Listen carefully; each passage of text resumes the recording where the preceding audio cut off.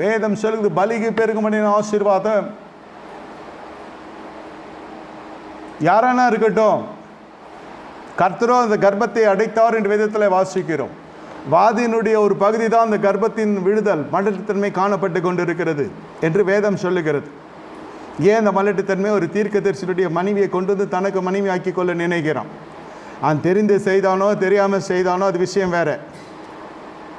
ஆனால் ஒருவனுடைய மனைவி தகாத உறவுகள் நம்முடைய பாளையத்தில் இருந்தால் நம்முடைய ஆசீர்வாதத்துக்கு கேடு உண்டாகும் என்று சொல்லுகிறேன். அதனால தான் சில சமயத்தில் விசுவாசிகளுடைய வாழ்க்கையில் வாக்குத்தத்தங்கள் பிரம்மாண்டமாக இருந்தாலும் அவருடைய வாழ்க்கையில் ஆசீர்வாதங்கள் தாமதித்து கொண்டே போகும். தேவையில்லாத திருமணத்தில் தலையிடுகிறது, தேவையில்லாத தம்பதிகளை கொண்டு வந்து வீட்டில் தஞ்சம் கொடுக்கிறது, சில முன்ன நின்று காதல் திருமணங்களை செய்து வைக்கிறது. அந்த சாபங்கள் உங்கள் வீட்டை பின் தொடர்ந்து கொண்டு வர்றோம். துன்மார்க்குடைய ஆலோசனையில்